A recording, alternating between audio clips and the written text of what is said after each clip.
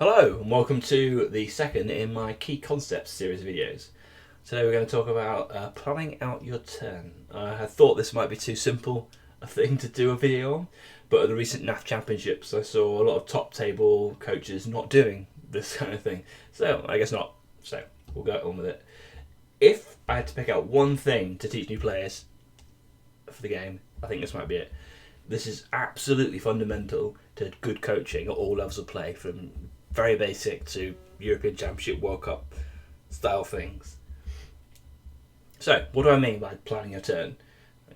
Simply, at the start of each of your turns, you need to look at the board, decide what your plan for the turn is going to be, think about each of your individual players is going to contribute to that turn, and then activate those players in the order which best advances that plan, and not activating ones that don't advance the plan.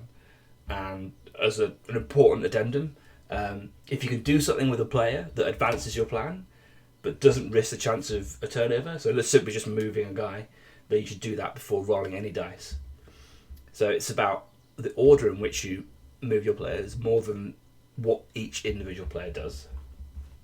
Okay, so this may not seem like much, it may even seem obvious beyond belief, but the amount of experienced coaches I see not doing it is staggering. Okay, so I thought it'd be easier to show an example of the opposite of planning your turn out properly. So let's take a look at a turn a recent opponent of mine played. So I'm playing the humans here, and my opponent has the wood elves. And this is the perfect example of a badly planned turn. Not a single action the wood elf coach will take in this turn is wrong in any way at all, but the order in which he takes them is absolutely disastrous. So let's just run it through quickly. So he's got I throw a rock has knocked over this ogre, and the ball's landed here.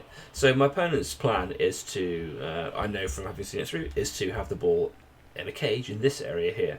He's going to want to try and block that guy out of the way, and then blitz this guy so that he can form a cage in this area here. So what's the first thing you want to do? Is you want to cover this ball with players that are going to end up in positions where they would otherwise.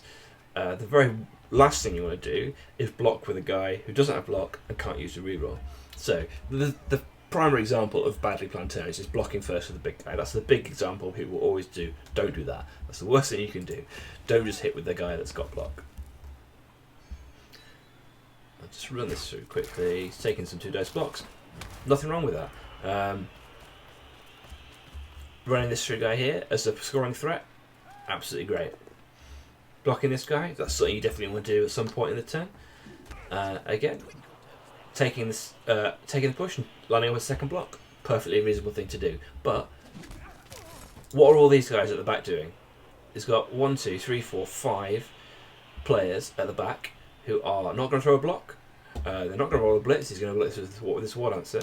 So what are they doing? Why are they just standing there? This is an example of playing a turn. My opponent should be thinking, what is the final destination for my team, the ball, the cage, and then I can just move these guys in a position where they perform some sort of use whilst I'm rolling these dice. So they could be here, anywhere in this sort of area, both protecting the ball and being in a position to later form the cage. So I picked this turn because this is literally a perfect example of someone rolling dice before making decisions. So yeah, that's an absolutely perfectly reasonable block. He wants to clear this space out, and then he's moving right here and tagging this guy on the floor, even though he's stunned, but fine. This is all good. Again, picking up the ball before moving these guys. This is the thing that really, these 2 players here are the perfect example of what I'm talking about. So he then doesn't even move this guy at all, which is another great thing. So these 2 guys here, this ward answer and this guy, I don't know what he is, they could have moved first, and the ball's here at the start of the turn, so they could have moved there and there, exactly where he wants them to be. This is where he wants these players to be in this turn. Could have moved them there first, and then they performing exactly the same job they're doing, but they're protecting the ball should one of these dice rolls fail, for example the treeman. Every single thing he's done in this turn is great. well, not great, but not wrong. It's neither right nor wrong. It's probably the right thing. It's probably a decent enough move.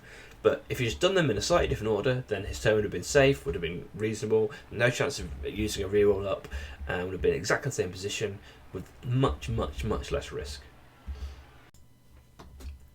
So here's another recent example from a game at the Tabletop NAF Championships.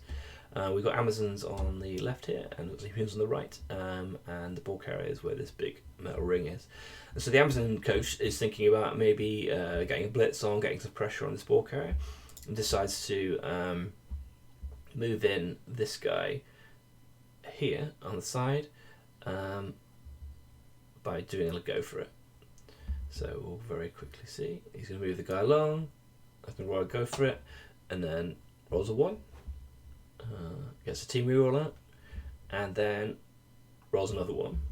Okay, so that guy's gone down. Turnover, and then the question is like, let's just scroll through. It's like, what are all these guys doing over here?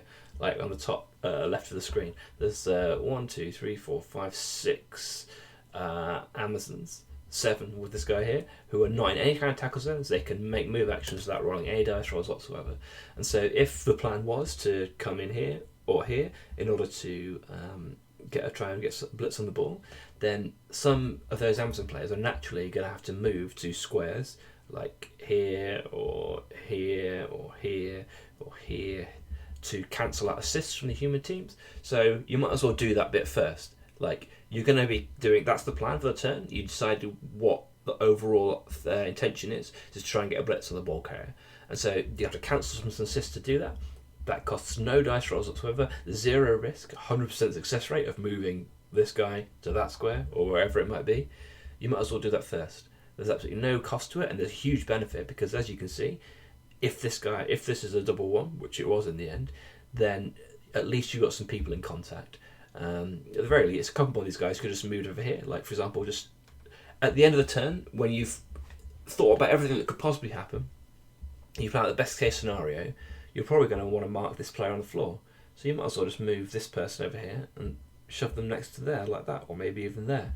That's something that you're going to do in your overall plan for the 11 players or whatever 10 it is at this point in your team. So you might as well do that now when there's no cost associated with it. Okay, and now we can get onto some examples of what I'm talking about, how to plan your turn out right. So here we have a little human versus goblins game. Nothing exciting, the game itself doesn't matter.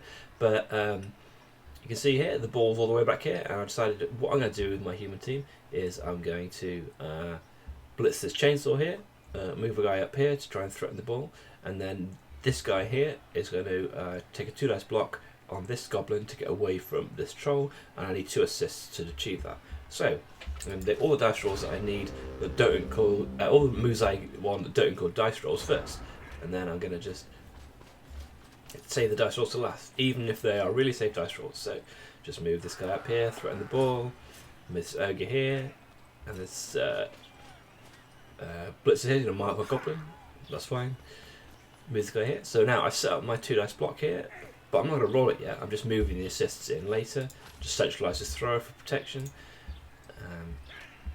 And then finally, once I put all of my assists and players into position, then I'm going to start rolling dice. So I've set up my assists here for a block I'm going to make, but I'm not going to make that block immediately. I'm going to make that block second. I haven't moved this guy here because he is going to. If I roll a push on my blitz, I can use him as a secondary block action. So that's part of the planning process. Is like not moving people that might want to do something depending on what dice you roll is another part of planning out your turn. So it doesn't mean just move every single player first that you can. It means decide who can move and who doesn't want to move. Maybe you want to save a guy to do a thing depending on whether you roll a push or a pow. That's part of the planning process. It's just a case of like taking some safe move first. So here we go, roll a dice, got the pow, that's fine. Get the injury, cool, awesome, it's not important. And then finally, we're going to make this 2 dice block here. But we set it up like 4 actions ago or something like that. And that's just little things that it's just a really basic skill. It's just like lining up everything you're going to do first, safe actions first, and then rolling a dice second. Okay, so one final quick example. we've got some Dark Owls versus some Skaven here, and as you can see, the Skaven have run their ball carrier and naked gutter runner all the way down the sideline in an attempt to score quickly. It's only their turn 2. Dark Owls here, that I'm playing, have got this one lineman back here to cover that potential, and he's got a 2 dice blitz free on the ball carrier whenever he wants it.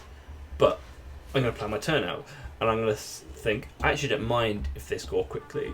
I'm going to try and stop the scoring, obviously, but the more important thing to do is to force them to score quickly if they are going to score. And one of the main things I'm thinking is that if I blitz this guy, I might want to take a berth down on a block. Neither of these players have block. If I take a berth down, maybe I get a lucky stun, and then the Skaven don't score. In order to facilitate that, in order to let me be able to take that berth down, I need to get some of these players over here back in the game, so that should I only end up prone, and so for example, if I'm stunned and the Skaven is prone, then he could get a couple more turns of stalling out of this if I do that first. So I'm going to do that last in the turn, and I'm going to try and get some other players back so that he's forced to score next turn, almost regardless of what the blitz is going to be. So I'm just going to play my turn with that in mind. So you might think, why would I be rolling this blitz as far away from the ball as possible? Sorry, this block as far away from the ball as possible is the first thing I do. And it's simply so I can get some of these players back round, and so that gives me the opportunity to further my aim, which is to force him to score quickly if I can't stop him scoring completely. So that one block has freed up these 2 players to come back round, and this one here as well, and then suddenly I've got enough players back so that I'm in a position where he's going to have to score next turn, almost regardless of what dice happen. This is a good example of something I could have done better. You could have got this, which I was no dice roll there, could have just moved her back there before I did this. You can always improve. And then I can roll the blitz. And if I roll both down, I could have taken it there, and then I could have seen what happened. As it is, I didn't. And then the Skaven can go on to score. But that's absolutely fine, because these guys I've got back here have forced the Skaven into a position where they're going to have to score this turn, unless they want to go all the way back into their own half, which is great. Okay, so that's about it. In conclusion, it's highly advisable to start every single turn you play with some sort of plan in mind for what you're trying to achieve. You don't want to just stumble from one 2 dice block to another and then realise halfway through the turn that there's a hole in your defence somewhere and someone can just walk through. So have a plan, activate your players in ways that further that plan, and every action that a player takes should be with this greater plan in mind. Do you want to form a strong cage? Do you want to score quickly? Are you on defence? Do you want to stop your opponent getting players into your half? Whatever it is, you're much more likely to achieve it if you plan your turns so all your players are working in unison with that plan in mind. Okay, so thank you very much for watching. If you enjoyed this video, please don't forget to like and subscribe, and check out my Patreon page, link below, for a full list of all the articles and videos I've made. Thank you very much. Goodbye.